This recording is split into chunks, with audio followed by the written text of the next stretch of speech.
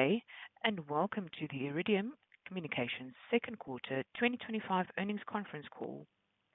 All participants will be in listen-only mode. If you need assistance, please signal a conference specialist by pressing the star key followed by 0. After today's presentation, there will be an opportunity to ask questions.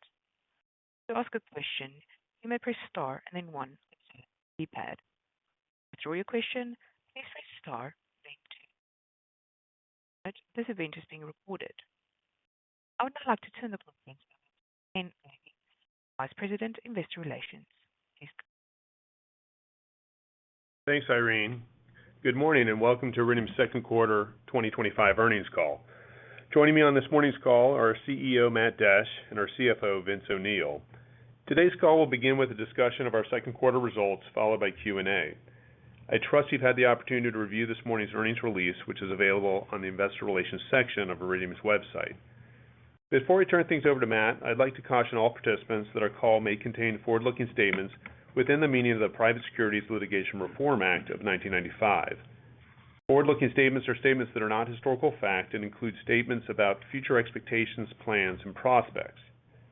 Such forward-looking statements are based upon our current beliefs and expectations and are subject to risks which could cause actual results to differ from forward-looking statements. Such risks are more fully discussed in our filings with the Securities and Exchange Commission. Our remarks today should be considered in light of such risks.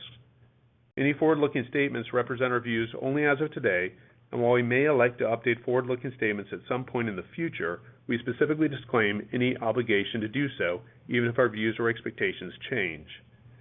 During the call, we'll also be referring to certain non-GAAP financial measures, including operational EBITDA, pro forma free cash flow yield, and free cash flow conversion.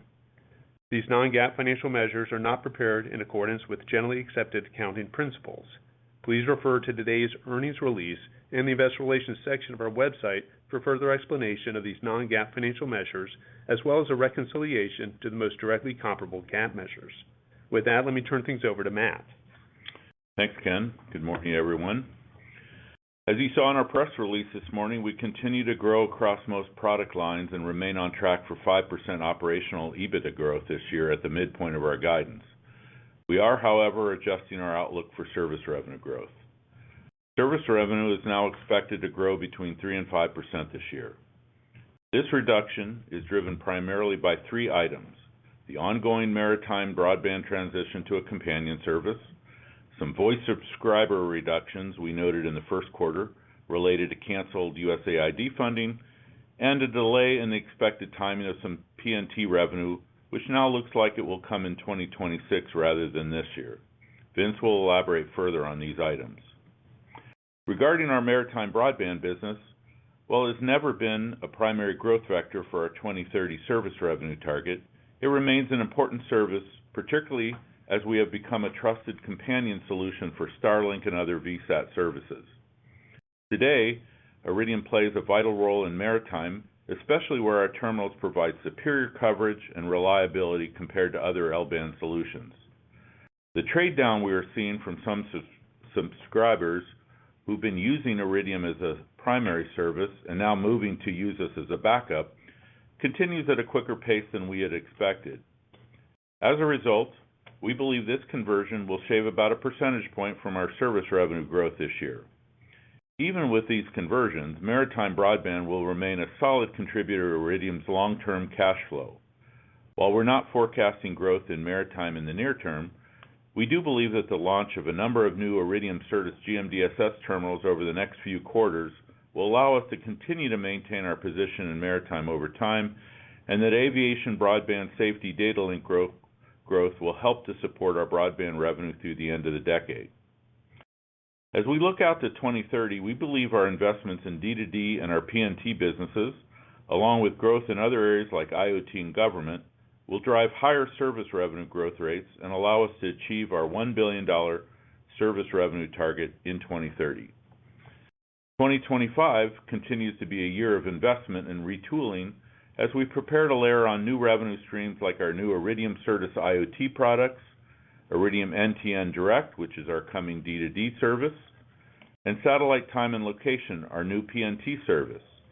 These products and services are core pillars of our future growth, and we're excited about the reception they're already getting from partners and their customers.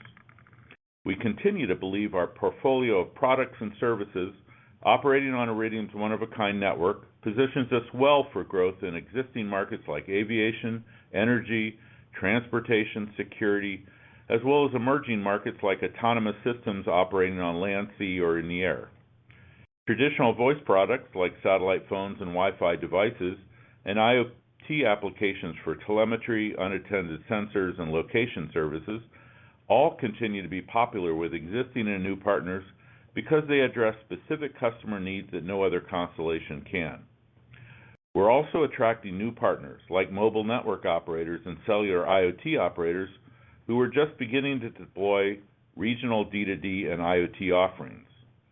These operators acknowledge the limitations of cellular-based D2D and believe that Iridium can extend their coverage with reliable global satellite service. These trends give us confidence in our recent capital investments and our longer-term growth outlook. By seeding our business with a broader offering of services, we are winding the spring for new subscriber and service revenue growth. We are targeting specific industries and adding new partners to address the needs of industries that only now exploring satellite solutions. We have continued to add to our global ecosystem of business partners, adding nearly 50 new business relationships since the start of 2025. This is how we've always grown, getting new products in the hands of new partners to take us into new industries.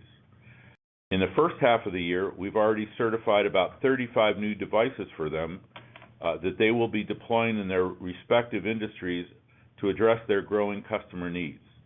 This is on pace with prior years and underscores the consistent volume of new applications and solutions our partners deploy each year to grow Iridium's book of business.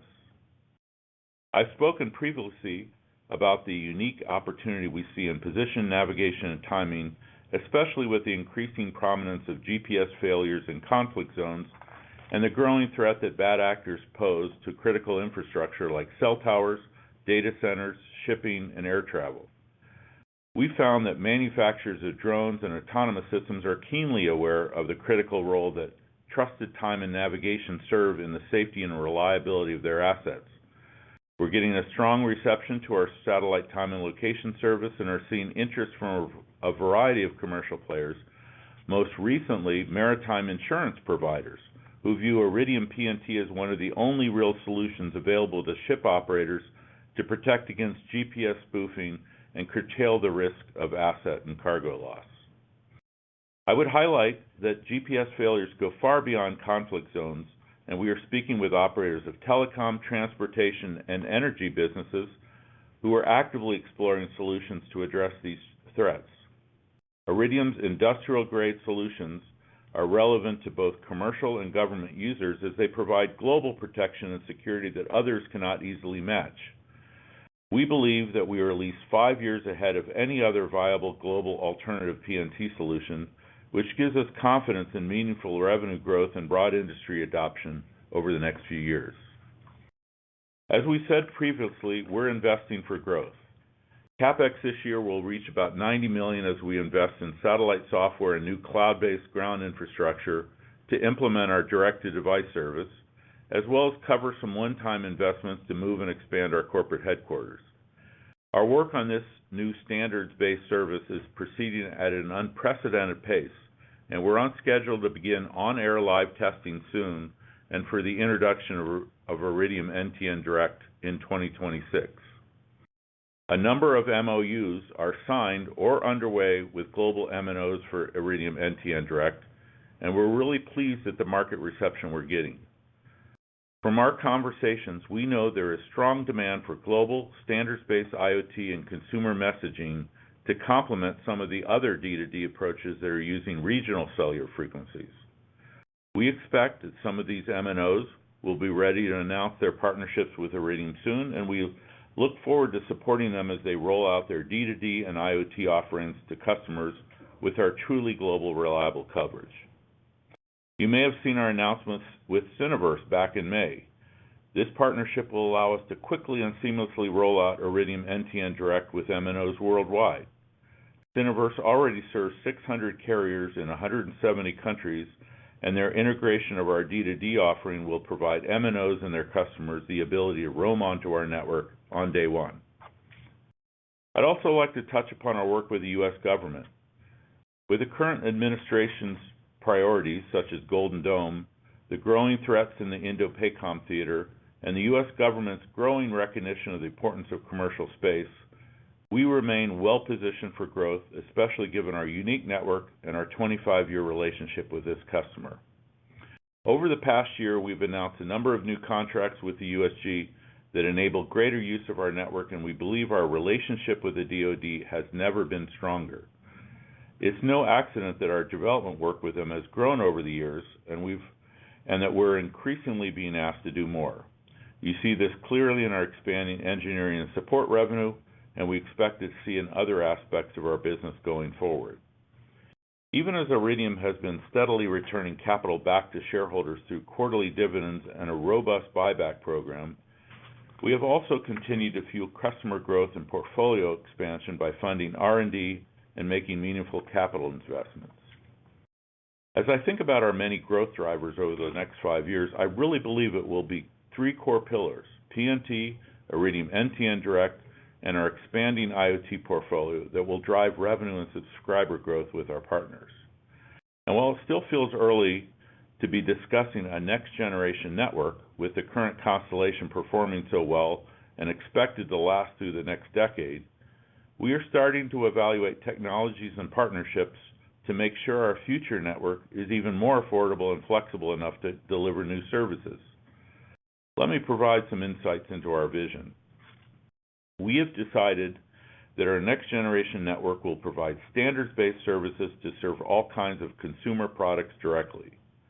Specifically, we plan to support 5G New Radio as the architecture and approach, which will likely be called 6G at the time we deploy the service. No one in the satellite industry is actively implementing this next-generation service, though several have announced their interest. Implementing 5G NR or 6G standards will allow us to deliver a richer user experience to cell phones and consumer products when beyond the reach of cell towers. We think our timing will be optimal, as it will take time for devices with these standards to propagate widely across the market. Our follow-on network will also host Iridium, which continues to grow and thrive, and will add new space-based VHF services, which we are working on with them. We believe the aviation industry is at the start of a transformation in cockpit data communications from ground-based VHF towers to satellite, and we want to lead that opportunity. We're also planning to enhance and extend our leadership as the global alternative for PNT for all critical infrastructure. We think we can build this new network in the 2030s while continuing to provide investors with meaningful shareholder capital returns. The passage of time will demonstrate the durability and strength of our business and provide investors more appreciation of Iridium's unique position we occupy. Investors will continue to be well served by Iridium's spectrum, experience, broad partner ecosystem, and focused business strategy. With that, I'll turn the call over to Vince for a review of our financials. Vince? Thanks, Matt, and good morning, everyone. I'll start my remarks today by reviewing our financial results for the second quarter and some trends we're seeing in our major business lines. I'll also review this morning's update to our full-year outlook and finish with a review of our liquidity position and capital structure. Operational EBITDA was up 6% in the second quarter to $121.3 million, driven by a combination of revenue from engineering and support and recurring services. On the commercial side of our business, service revenue was up 2% to $128.8 million, led by growth in IoT. Voice and data revenue rose 1% from a year earlier to $56.8 million, and subscribers remain consistent with the year-ago period. We expect revenue growth to accelerate in the second half of the year now that previously announced price actions have been implemented. Commercial IoT revenue totaled $44.8 million in the second quarter, up 8% from a year earlier. This growth continues to reflect broad-based adoption of our IoT services for consumer and commercial applications. Revenue in commercial broadband was down 6% from the year-ago period to $12.7 million. This year-over-year decline continues to reflect a mix shift in customers from primary service to companion backup VSAT plans at a lower ARPU. Hosting and other data services revenue was $14.5 million this quarter, up 1% from last year's comparable quarter, reflecting a rise in PNT revenue, which is partially offset by other data service contracts. We've continued to see strong interest in Iridium PNT following our acquisition of Satelles last year, and remain optimistic about demand for these services as global organizations begin to address the vulnerabilities inherent to GPS and GNSS-based systems. Government service revenue was up modestly in the second quarter to $26.8 million, reflecting the step-up in our EMSS contracts with the U.S. government late last year. Subscriber equipment sales were $19.5 million in the second quarter, down 15% from the prior year's quarter, though we continue to expect full-year sales will be in line with 2024. Engineering and support revenue was $41.9 million in the second quarter, as compared to $25.8 million in the prior year period. The strong increase from the prior year quarter continues to reflect growing work with the Space Development Agency, as well as new U.S. contract awards from the prior year. As Matt noted, we are updating our full-year guidance for service revenue from 5 to 7% growth to between 3 and 5%, and reiterating our outlook for OIBDA for 2025. Let me take a moment to discuss some of the changes that warrant the update to our service revenue forecast. To start, we are seeing continued conversion of maritime vessels that had previously used Iridium as their primary, and often only, communications, to now use Iridium exclusively as a companion service. This anticipated but faster conversion rate is the single biggest factor in the revision to our service revenue outlook. Our updated guidance also reflects the timing of certain PNT revenue, which we now believe will extend into next year, but previously anticipated in 2025. Finally, the pace of revenue growth in commercial voice and data has been slower in the first half of the year than we had initially forecast, in part due to a reduction in USAID funding, which has resulted in higher subscription deactivations. Beyond these changes, we continue to expect growth in commercial voice and data revenue will accelerate in the second half of the year with the implementation of price actions on certain services that went into effect on July 1st.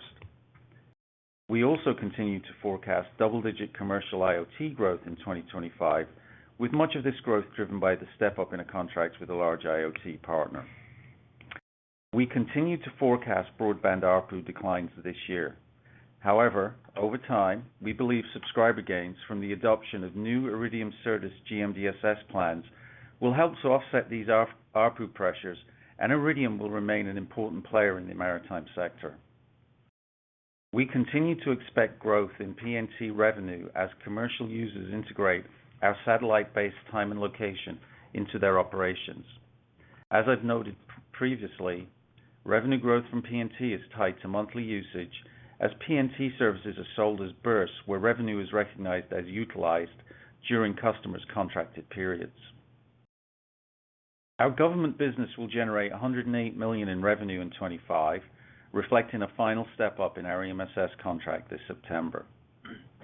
We hope this color is helpful to you in modeling our revised forecast for the full year. Despite these changes to our 2025 guidance, our long-term outlook remains intact. We continue to have confidence in Iridium's ability to deliver approximately $1 billion in service revenue in 2030 and continue to return capital to shareholders. Moving to our capital position, as of June 30, Iridium had cash and cash equivalents balance of $79.3 million and ended the quarter with a net leverage of 3.6 times OIBDA. We think Iridium naturally delevers over time and expect to exit 2030 below 2 times net leverage. Our cash flow remains ample to fund operations and support our ongoing buyback program, in addition to the payment of quarterly dividends. During the second quarter, Iridium retired approximately 2.6 million shares of common stock at an average price of $25.45. This left us with an outstanding balance of $295 million under our board-approved authorization through December 31, 2027. We continue to believe that Iridium stock trades at an attractive valuation, and we will continue to execute on our buyback program, balancing the desire to maximize return on investment with our long-term objective for deleveraging. Over the preceding 12 months, we've retired more than 11% of our outstanding share count. On June 30, Iridium made a quarterly dividend payment of 14 cents per share to shareholders, and as we have previously guided with our board's recent approval of an increase to the dividend rate, Iridium will make a 15 cents per share dividend payment in the third quarter, representing an increase of approximately 5% over the full year 2024. Our growing dividend and ongoing share repurchase activities continue to reflect our confidence in Iridium's business opportunities and prospects for continued strong free cash flow generation. Capital expenditures in the second quarter were $20.7 million. As we've noted previously, we anticipate higher capital expenditures in 2025 to support our work with 5G standards and, to a lesser extent, investment in corporate facilities. These expenses will moderate from here and through the end of the decade. Turning to our pro forma free cash flow, if we use the midpoint of our 2025 OIBDA guidance and back off $92 million in net interest pro forma for our current debt structure, approximately $90 million in CapEx for this year, $6 million in cash taxes, and $6 million in working capital, inclusive of the appropriate hosted payload adjustment, we're projecting pro forma free cash flow of just over $300 million for 2025. These metrics would represent a conversion rate of OIBDA to free cash flow of 61% in 2025 and a yield approaching 10%. A more detailed description of these cash flow metrics, along with the reconciliation to GAAP measures, is available in a supplemental presentation under Events on our Investor Relations website. With that, I'll turn things back to the operator and look forward to your questions. Thank you. We will now begin the question and answer session. To ask a question, you may press star and then one on your telephone keypad. If you're using a speakerphone, please pick up the handset by pressing the star keys. At any time your question has been addressed and you would like to withdraw your question, press star and then two to remove yourself from the question queue. Then, if you would like to ask a question, you may press star and then one. The question we have is from Ric Prentiss of Raymond James. Please go ahead. Thanks. Good morning, everybody. Good morning, Rick. Hey, couple questions on the service revenue reduction guidance. You mentioned that the maritime was the biggest portion of going from 5 to 7 to 3 to 5% growth. Where do we think it's happening faster? Where do we think the ARPU for the maritime stabilizes out? And obviously there's some seasonality to that, but where are we thinking it stabilizes at, and will this impact continue into 26 as well as you kind of get into the companion mode? I don't know about exactly where ARPU ends up. It's not defined. It's just a mixture of rate plans that people select, versus the applications that they're using.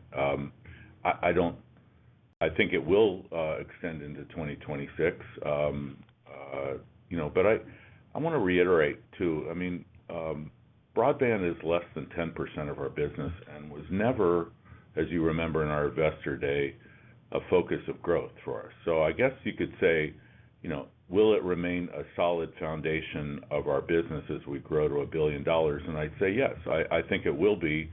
It doesn't have much further to go for the conversion and ARPU decline to go, but we believe we'll be growing around it in PNT and D2D and IoT and government and other areas, and that's really where it's always been. So understand the focus on broadband because it's a highlight still as we get through this transition. But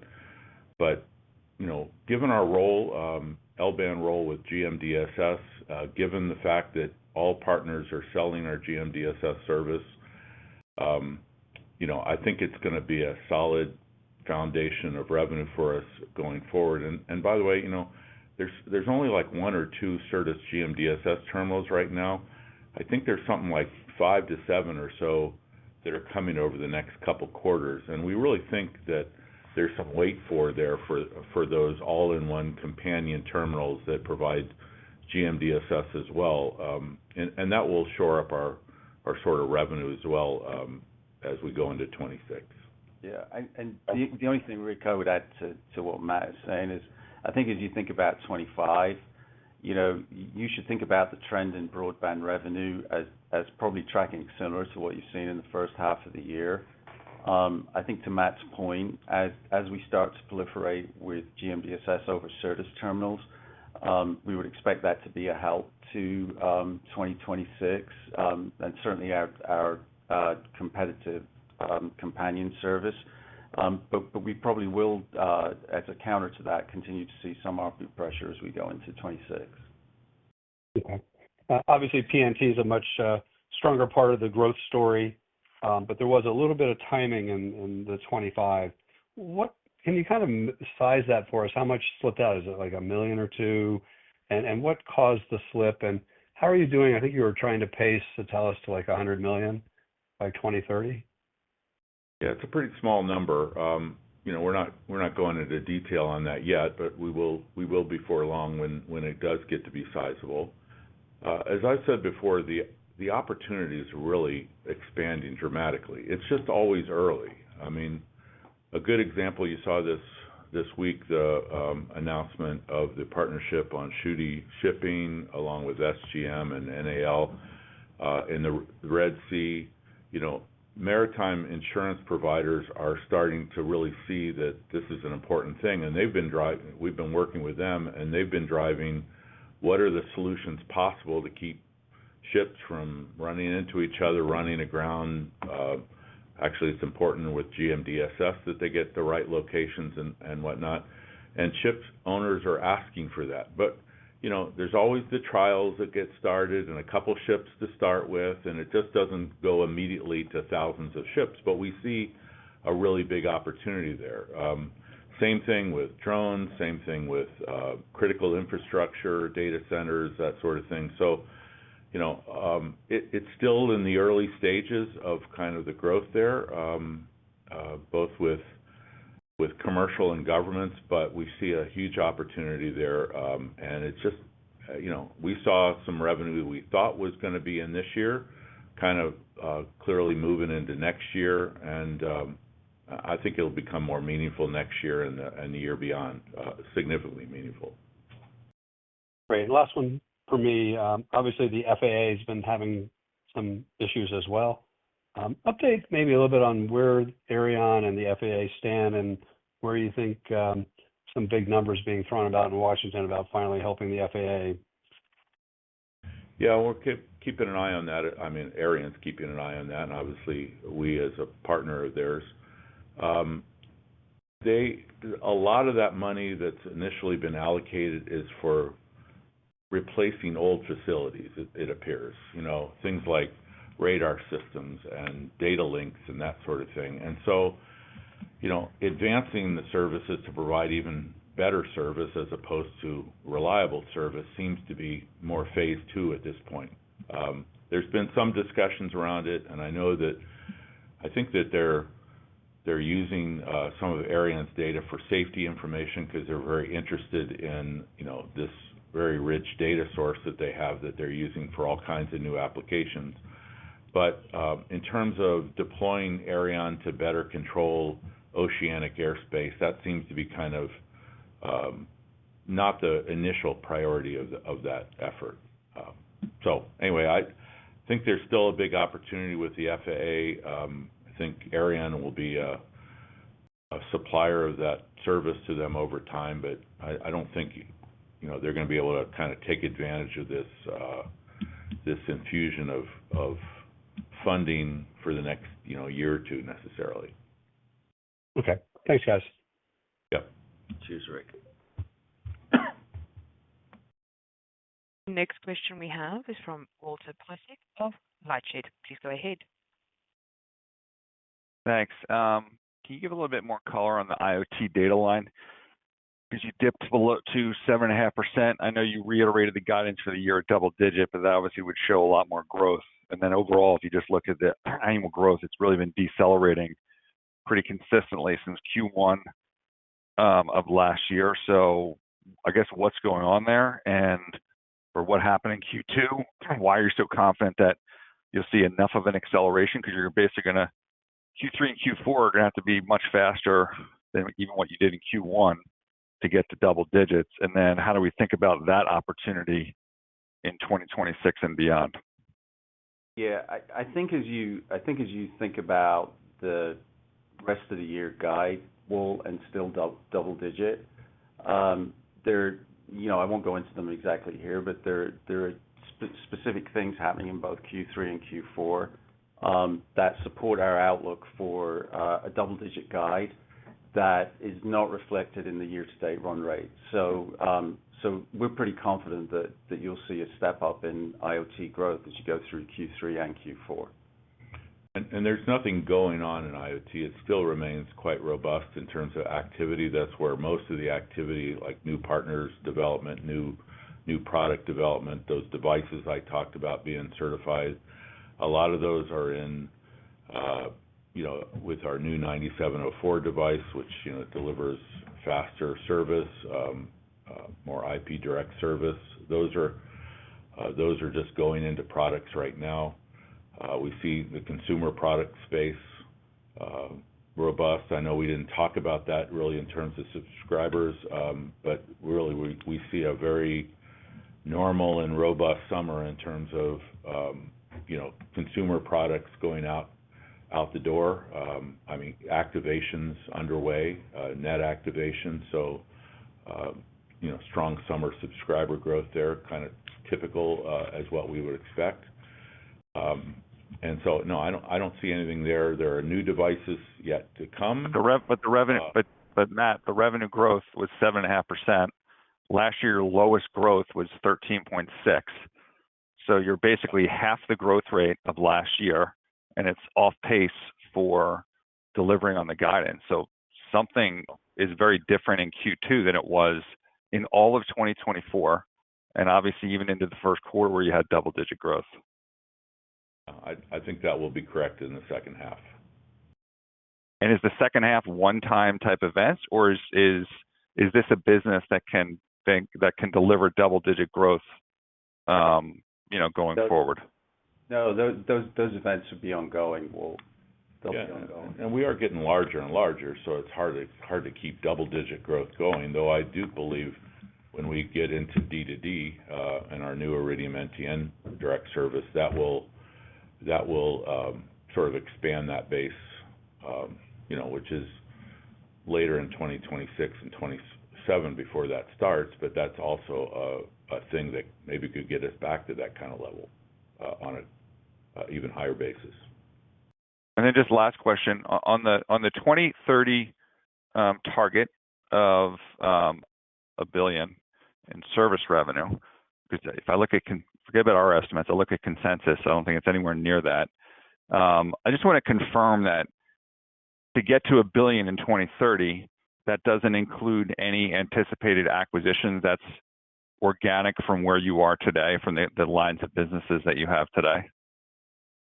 No, we mentioned that some tuck-in acquisitions were possible. For example, when we said the original $1 billion and kind of gave a lot of information during our investor day 2 years ago, whenever it was, tuck-in acquisitions were possible as we were expecting, for example, something like Satellus would be possible at that point.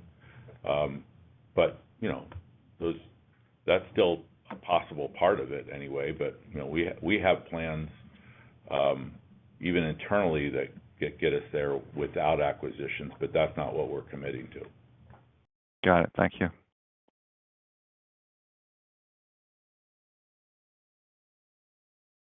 Next question we have is from Chris Quilty of Quilty Analytics. Please go ahead.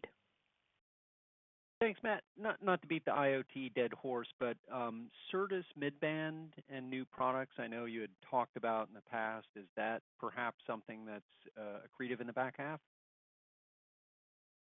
That's part of it. I mean, some of those services are starting to really roll out. Those people are getting the devices out there with their new products, and that's certainly part of it. And switching over to PNT, I know that's sort of billed on a monthly type service revenue, but do we expect that the customer acquisition, like the pipeline, are these large customers where you might, once you land them, see a stepwise increase and then growth from there, or what does that pattern look like over time? Yeah, the pricing on PNT is evolving. It's kind of diverse. We go everywhere from packaging in sort of the service together with the device. That's the approach on some things. Where people don't want to see it they don't pay for GPS. Why pay for the alternative to GPS? So maybe in the device you package in 5 years or 10 years of service sort of with it.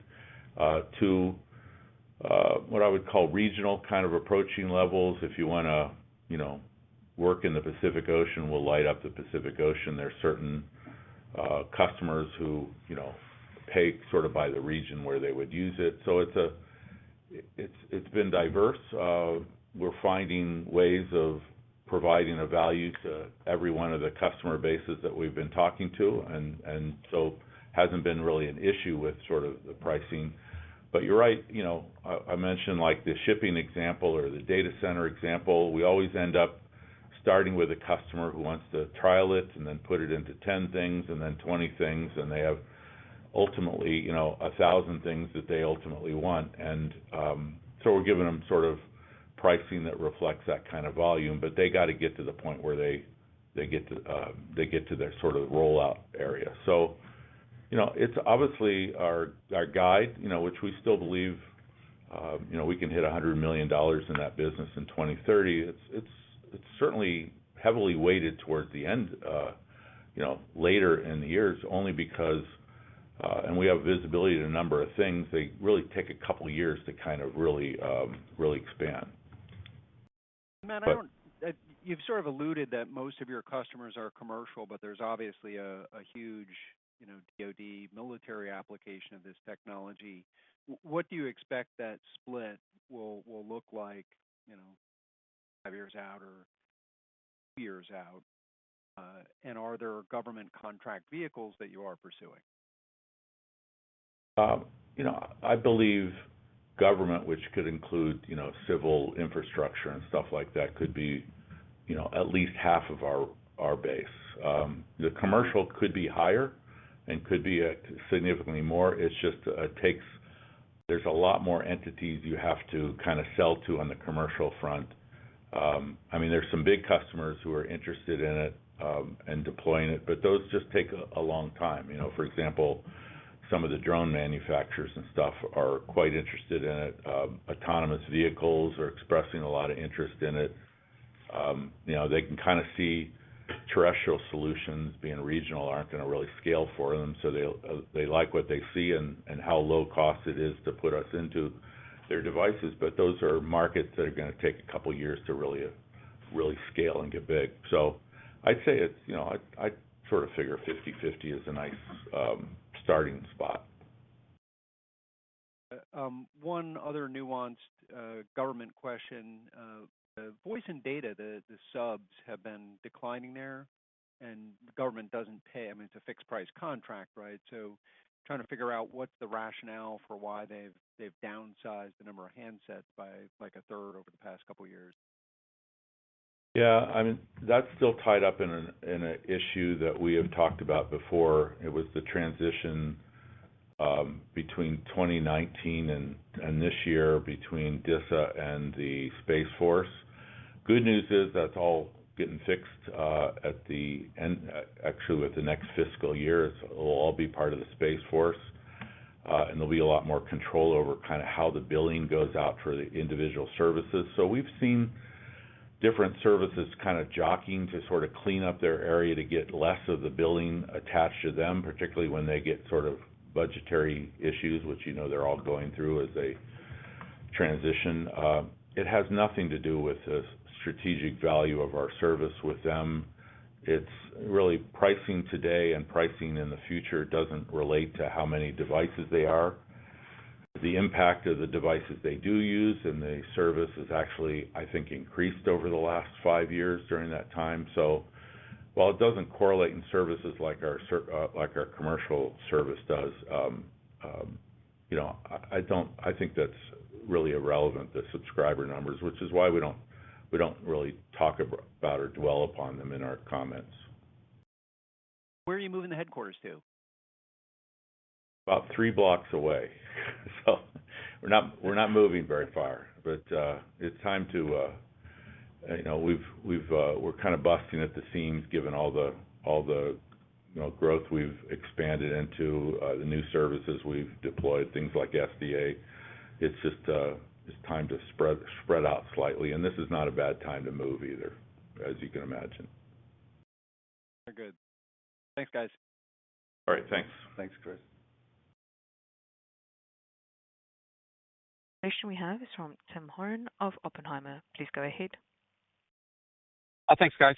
Can you give us a sense of the pace of revenue growth for the third quarter and fourth quarter, and maybe into next year? Also, do you think you can do over 5% revenue growth next year, or I guess is this the bottom?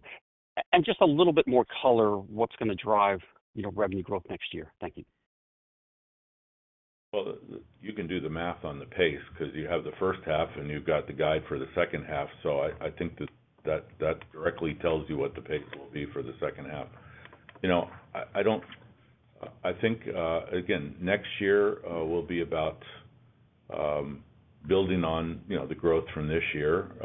We're still going to work out the details on what that looks like. As I said, it's not necessarily linear growth between now and 2030. I think it's a little later weighted because D2D only starts coming in next year. PNT again is still in its early but a very positive growth state. We have government. The EMSS renewal is still more of a 27 activity. So I think 27 is going to be bigger than 26, but we're going to see growth in 26 too. Got it. I guess I was getting at, should fourth quarter be stronger than third quarter growth, or is it kind of pretty linear for the year? And on the maritime and the companion service, can you talk about what percentage of customers are dropping, the primary and taking companion? Like if I drop primary, what percentage are keeping the companion? Thank you. Yeah, I think we talked about this over the last year. Primary was only like 25% of our service. So that was the part that has to convert. And that we've seen conversion. There's been also a little bit of I'd say ARPU pressure as some people take lower level plans as they kind of go and evolve through that. So even I would call the companion service is a little lower revenue. I think that will shore up as we get to where GMDSS and Certus companion service are a combination service. It makes us critical to be on the ship, and there's sort of a baseline value for doing that. And that's even before we add PNT and other things into it. So I don't know if that gives you a little sense of how that transition's been, but that's what's caused that. Yeah, that's helpful. And on the pace of revenue growth for the second half?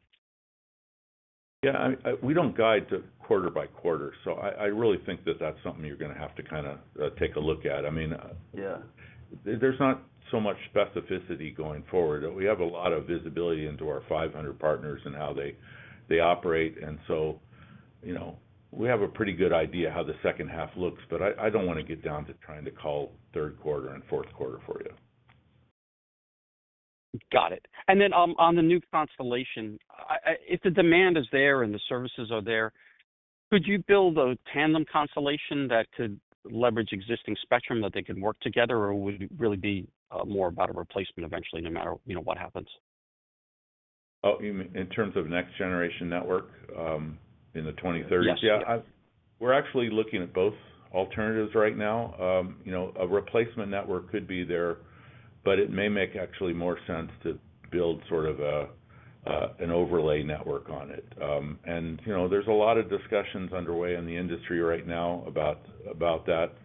We have a couple alternatives. We can build it within sort of our own spectrum, but there's a lot of discussions about obtaining new spectrum and how we might even partner with others to do that, including some interesting companies who want to partner on that, who have large consumer footprints and stuff. So I think it's going to be a dynamic couple years as we evolve our plans there. But yes, there's a couple new approaches. I just wanted to talk today to give a little idea about what that network would provide and how we see that as being an exciting future for the future. And lastly, T-Mobile launched a D2D service yesterday. Do you see that as competitive at all, or the potential to be competitive over time with your services? Thanks. Well, I think a little bit. I think around the edges. I think people will be interested to see what the adoption of what I think these regional services are like. That's never been our value proposition. People don't, as I said, buy our service to operate in rural, Wyoming. I use that example a number of times. It's not where satellite phones are used. They are used because they can be used all over the world, and that's not what the T-Mobile service is. I think our Iridium NTN Direct service is going to be a complement to those services, whether they be from Starlink or AST or anybody else who kind of uses cellular frequencies. They're going to want a messaging service in the same device or in the same watch or in an IoT service that can show up anywhere in the world, and that's going to be what our value is, and that's what we're building that, sort of our growth profile on that area around. Thank you. Yep. Question we have is from Greg Mesniaeff. Go ahead. Yes, good morning. Matt, I just have one question for you. Can you hear me? Yep. Go ahead. Good. You mentioned in your prepared remarks that you are focusing on attracting new partners for both consumer and commercial services. You mentioned 50 new business relationships so far in 2025. Can you give us a little more color as to how you plan to broaden your partner network, if you will, across different verticals? What kind of goals you've set for that, and as you roll those initiatives out, what kind of impact to SG&A that might have? Thanks. Yeah, I think we can do it within, pretty much the SG&A envelope that we have. But we've been restructuring our, partner development teams, focused on larger partners. We've been going after mobile network operators over the last year, and as I said, we've been, already even signing, relationships there. Though haven't announced any of those, but there's a lot of interest in what our new Iridium NTN Direct services will be. We've had, I will say I've been prioritizing some bigger relationships that I think would move the needles.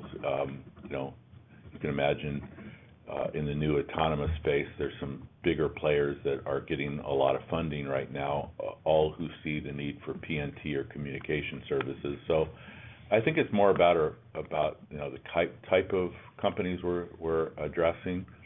The other, the whole timing and location space is a very different one. So the kind of partners we're pursuing in the PNT space are quite different. We have a number of partners there, but finding people who are already well trusted in that space to deliver, a trusted timing source or to our GPS jamming, alternative is a little different than the kind of companies we've been with before. But, our whole partner base is very interested in that technology, and you're seeing also announcements. I saw one this week, again, from somebody in that space that's an existing partner. So I don't think it's going to affect SG&A that much. I really do think, though, that it's more about who we're going after and And I think the other reason I just want to mention that 50 is that, our pace of business has not changed. If anything, it's as hot as it's been, if not hotter, because of the growing new areas. So it's quite busy here. I know the service revenues got a little lower than we expected this year, but I think, we have a lot of activity to turn that around. Thank you for that. And just as a quick follow-up, can you expand a little bit on the Syniverse partnership that you mentioned? Thanks. Yeah, as we're building this new Iridium NTN direct service, it requires being able to connect to the cellular infrastructure of today. You could build out that pipeline, if you will, between the satellite and the cellular to manage that, including, a billing relationship with everyone, or you can just sort of plug into a central hub. That's how I kind of view Syniverse. They're this trusted billing and roaming hub that manages all the relationship between cellular operators, and they're increasingly, I think, going to become the bridge between the terrestrial networks and the satellite networks. And, thank goodness for them. It just eliminates a big piece that we had to do a lot of times on the satellite front when we build out new services. We don't have to do that as we build out a roaming on the IoT for Iridium NTN Direct. So that's a great relationship. Thank you. Greg. The question we have is from Colin Canfield of Cantor. Please go ahead. Okay, thanks for the question. Maybe asking the commercial question a little bit more directly. How do you think about kind of tying Iridium commercial growth into the Amazon constellation? It sounds like just kind of the messaging you've given here on big customers with consumer bases, and obviously kind of the telco folks are probably less of a natural partner, but you've got a lot of opportunity ahead of you in terms of industrial and mobility. So maybe talk through kind of how you think about that partnership as a driver for commercial growth and what the sort of cadence might look like on either them or the other undisclosed big commercial partner. So you were talking about Iridium NTN Direct, our D2D service. Is that what you were mentioning? I mean across all of your product lines, right? Like if we think about kind of the use case of what they're going after, K-band is one element, right? But there's obviously a lot more in the transports and consumer market you could do with your IoT NTN data. So just maybe kind of how we think about alleviating some of the pressures at them, or if it's another large kind of commercial tech back effort. So, our growth model in the commercial space has always been about, new services put in the hands of more partners in more industries, and they take us to market almost, exclusively. And that go-to-market's worked very well. It continues to work well. The new services that we're being provided are lower cost IoT capabilities with, devices going really even down to the chips, that makes it very, very easy to people to go into, very easy deployment for them. Then going into new industries, things like autonomous systems, drones, heavy equipment, energy, transportation, maritime of all different types of, buoys and sensors. There's a whole DoD and military space.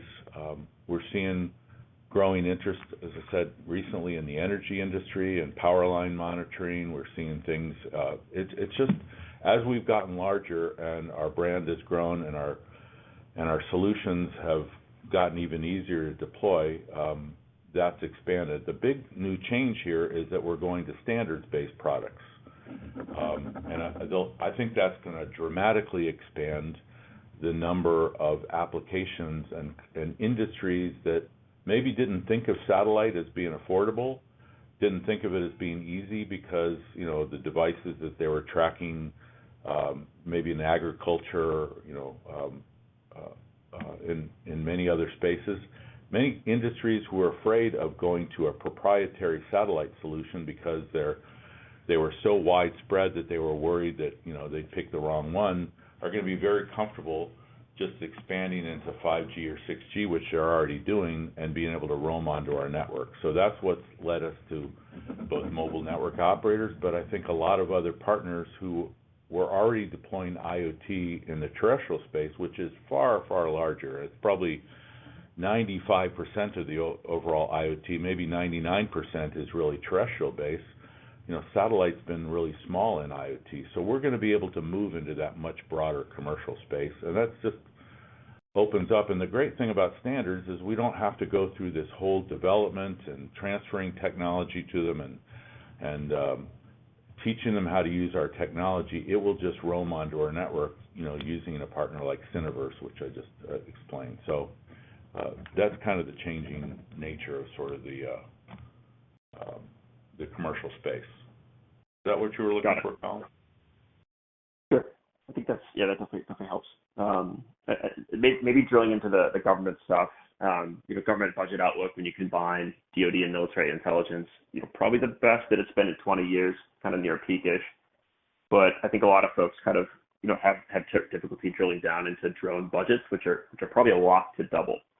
So as we think of that drone algorithm, can you maybe talk us through the waterfall of growth that we should see through the all PNT business, and specifically talking to kind of like the Kratoses, Arrows, Andurils of the world, and folks who sit either on or adjacent to the alternative PNT board, just like the growth algorithm that we should consider there. Look, I think it's a sort of step function, as we continue to expand sort of the footprint on behalf of government customers in the same way the commercial customers. It's a tricky area to kind of talk about, because it really depends on people who don't usually talk about how they're going to use the service. But I can assure you we're deeply discussing all those things with them. But it's probably, I'd call it a stepwise function, as those are not probably one by one kind of sales, as opposed to kind of regional sort of provide capabilities over a wide area of the earth, and it gets used more and more. Okay. And then just one comment you made, 5 years ahead of any other players. Maybe talk about how you think about the moats that Iridium has across spectrum, payload design, and then maybe some sort of kind of like relevant metric of not cost per bit, but like cost per propagated bit, or just kind of like how you think about keeping that edge. Well, the good thing about, PNT is that it doesn't use any capacity. So, as the more you can have 1 billion users, taking advantage of our PNT service, and so, the cost for whatever you want to call that is infinitesimally small long term. That's why we're kind of going to become the global alternate PNT service to protect critical infrastructure. And the service has been demonstrated over and over to provide the necessary quality. It's competing really only against regional solutions, terrestrial-based solutions that maybe only kind of scale to a city or to a locality. There's really nothing when people start looking for solutions either in remote environments or that operate around the world to us. So there's no competition. And the advantages we have being in L-band to make antennas really small, being in LEO, which is a natural advantage. All those are things that have given us a great advantage here. So that's why we say we don't see anyone showing up to RFPs or RFQs, and it's really more of our problem is explaining that this service even exists. Finding the partners that can take us into new opportunities where people didn't even realize there was protection possible. So and that's a good problem to have, and we're solving it over time. Got it. Thanks for the questions. Okay, thanks.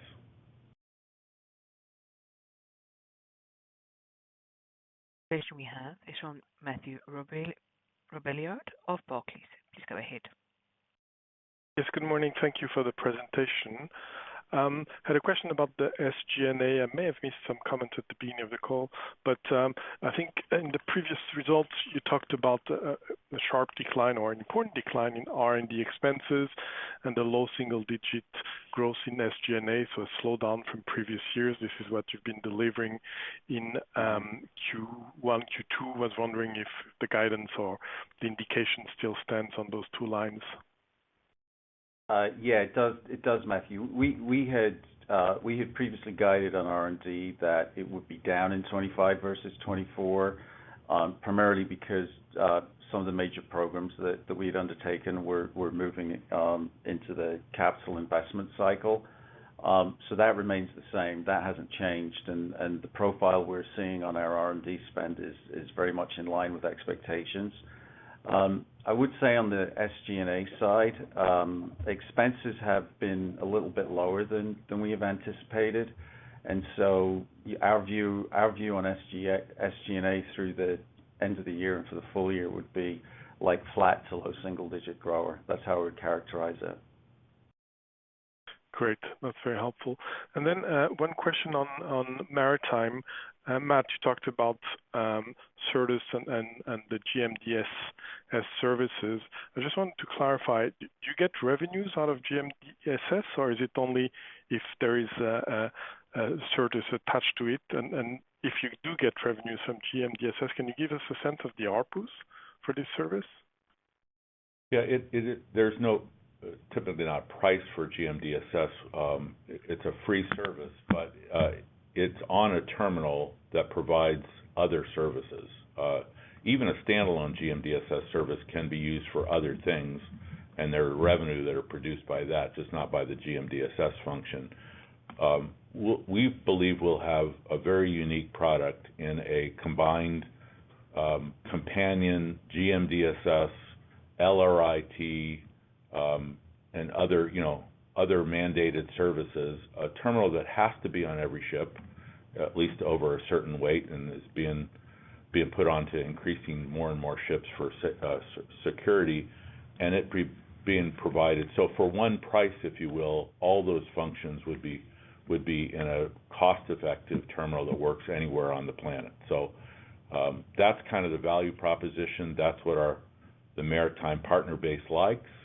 They're in the transition kind of to it. There's a little bit of wait for because there's some great manufacturers coming with additional terminals that may be more desirable in certain parts of the world. For example, Asian manufacturers often kind of like Asian fleets like Asian manufacturers, and those terminals are still coming over the next couple quarters. So that's a little bit why we're pretty confident that will stabilize. Okay, and on the antenna, it's not only your services that can be provided; it's third party that can be put on, or those would be two different antennas. No, when you see when we announce that one of our partners has put a terminal, it only has our service in it, but it's put on the ship, and usually the service provider will integrate that terminal into a full solution, which includes usually KA and KU band service, et cetera. So there may even be multiple, terminals of different types, but it's usually a combined kind of package provided to the end user so that they can use us when it fails over in rain or in port or in places where you can't use that VSAT terminal. And obviously it can be used in an emergency anytime or to provide navigation information, et cetera. Very clear. And lastly, just on the comments you were making about the D2D NTN future on the new constellation, you talked about having a constellation that operates on 5G or 6G standards and that can deliver a richer experience to cell phones, consumer products, etc. We're still only talking here basically about, we're only talking about IoT/messaging, right? There was no suggestion that it could go beyond that in terms of the services you may be able to provide in the new constellation, and I realize it's 5 years down the line. No, I actually am going beyond messaging and other services. The 5G new radio standards requires more spectrum, but also provides really a complete level of service. So the kinds of breadth that you get from, say, a cell phone or other consumer product that is able to connect with a richer data experience, we are looking to offer. We want to build that kind of network in the 2030s, and that's why, looking to utilize our spectrum or partner spectrum or additional spectrum being provided by regulators, which is being discussed and looked at, is sort of our vision and future. And as I mentioned, I really want to also continue to provide hosted sort of payload services as well, because that's been a big success for us, and we have some great ideas given the partnerships we've had in the past. Okay, so presumably that could mean broadband services to mobile services, to mobile customers if you have the spectrum and the capacity eventually. Am I going in the right direction? Yeah. Yes, you're in the right direction. Thanks, Matt. Yep, thanks, Matthew. Final question is from Justin Lang of Morgan Stanley. Please go ahead. Hi, good morning. Thanks for taking the question. Just maybe two quick ones. Matt, coming back to government opportunities, you mentioned Golden Dome at the top of the call. Obviously, a lot of focus and funding tied to the effort. It looks like the government wants to move pretty fast. Just want to get a sense of how you're thinking about addressability and impact here. Have discussions with partners or customers kicked off yet in any meaningful way? Thanks.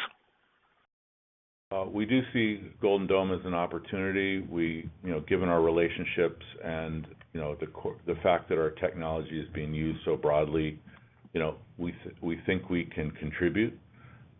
We think there's important components like PNT to that, in addition to sort of communication as well. There's nothing specific yet, but I know we're in discussions. I would say we also have a lot of experience, and I think it was a good move that we won the Space Development Agency contract a couple years ago. It's certainly driving some engineering and service revenues, but more importantly, it's just furthered our relationship and ability to sort of be part of future government Space Force networks. Our hope in that was to both help us as we were looking at technologies for our future constellations, which I was talking about here, and it's done that. But I think it's just furthered our relationship with an important customer as they've sought to expand and run these networks, which are not going to be government-only networks. They're going to be kind of a combination across the industry of a lot of partnerships, I think. Got it. Great. And then just the last quick one on tariffs. Any updated expectations around impact there? And can you just remind us what's baked into the guide currently? Thanks. Yeah, thanks for reminding us. We didn't talk about it because it's kind of become a small thing for this year. It's more of a 26. We'll see how it is. But given the fact that they've delayed and that we've mitigated so much, it's what, Vince, maybe less than $1 million, kind of a hit for this year at most. We had guided sort of best case 3 and worst case, I know, 7. Yeah. And it's certainly not going to be that this year, thank goodness, but who knows? Yeah. We'll see how it evolves to the end of the year. It's still not a huge number. I mean, those are numbers you can kind of look and think about for maybe 26, if you're trying to think about sort of impact, which we someday could guide for, but I'm hopeful that given our mitigation, it would be certainly more at the lower end of that and at worst case. So not a big deal overall right now. Perfect. Thanks. Thanks, Justin. Thank you. We have reached the end of the question and answer session, and I would like to hand back to management for any closing remarks. Great questions. I know not the perfect quarter, but frankly, as I think you got, we're still enthusiastic and excited about the future, and with all the activity, I think we have good reason to be, and I look forward to updating you in the next quarter. Thanks.